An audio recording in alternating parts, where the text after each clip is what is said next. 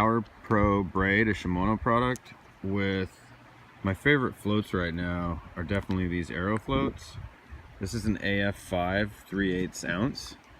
It's heavy for 3/8, meaning I can run a 3/8 inline lead and still run an 1/8 ounce jig, and the float stays real high. I'm running a red jig, black head today, and I'm trying to capitalize on the color scheme in some bright weather. My preference on reels is always Shimano. It doesn't mean I own 100% Shimanos, but if I had the choice, I would. This is a Stratic 2500, and I'm running it on a Realtek custom rod that was given to me by John Strank back when I used to do some guiding. And this is a 10-foot rod, so I can keep a lot of line off the water. Beautiful detail on this rod.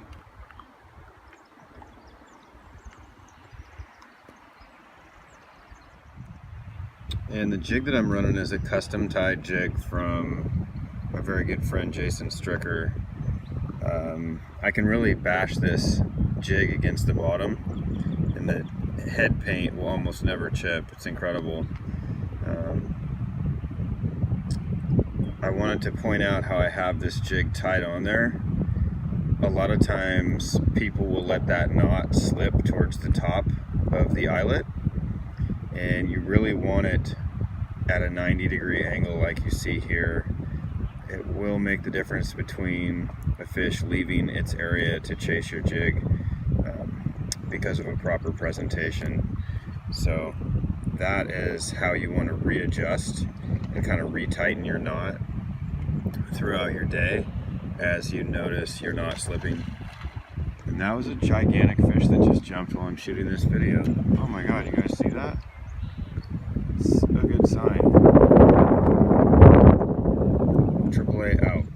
I just met a couple really rad anglers new to the area. They'd had some success downriver.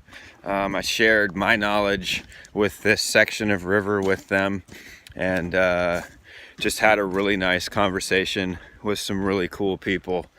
And I'm really glad I came out today. It's badass. It's absolutely beautiful. Pac Northwest life.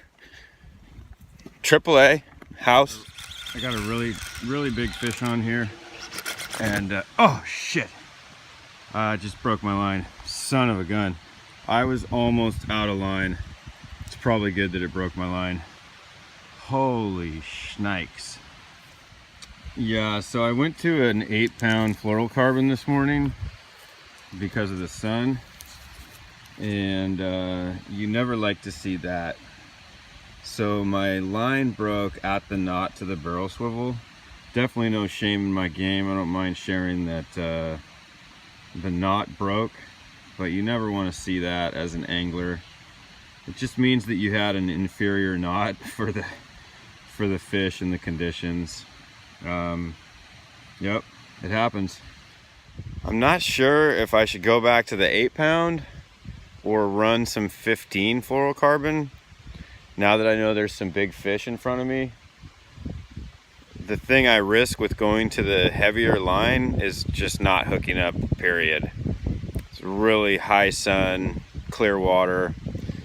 You kind of like have to decide, do you want to hook them and maybe land them with that lighter line, or do you want to maybe not hook any with that heavier line? But if you do, have a better chance to get them in. I'm not here for meat. I'm here for the experience. I'll probably go light again. A little tip that I learned fly fishing a long time ago. Just one way to tie a trailer on. You can actually take your short section of line, 12 to 15 inches, and attach it to a fixed bead and tie that on to the bend in the hook, the bend of your primary jig. And so that jig will trail and swing and just give you another opportunity to get those fish you're after. And I'm hoping that that'll give me an advantage on my next fish today. Well, after that last fish, as you know, I switched up to this double rig, and they're not exactly fighting over this double rig with each other. I'll try it for a little bit more, and then I might go back to single jig, maybe all black. A lot of times when it's super sunny like this, an all black jig can work well. Although typically that's something I go to for summer steelhead, and right now I'm fishing on late winters, but conditions might supersede the natural tendencies of the fish. As we all know, summers and winters are pretty different, but sometimes act the same.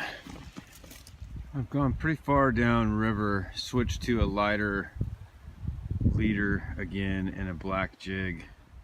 And it's gotten windy enough that my bobber's starting to get pushed back up river. So I think I'll start the hike back up to the car. After all, gotta make that cheddar. Still gotta go to work today. Hey, thanks for watching, y'all. AAA back in the house. Never left. Peace.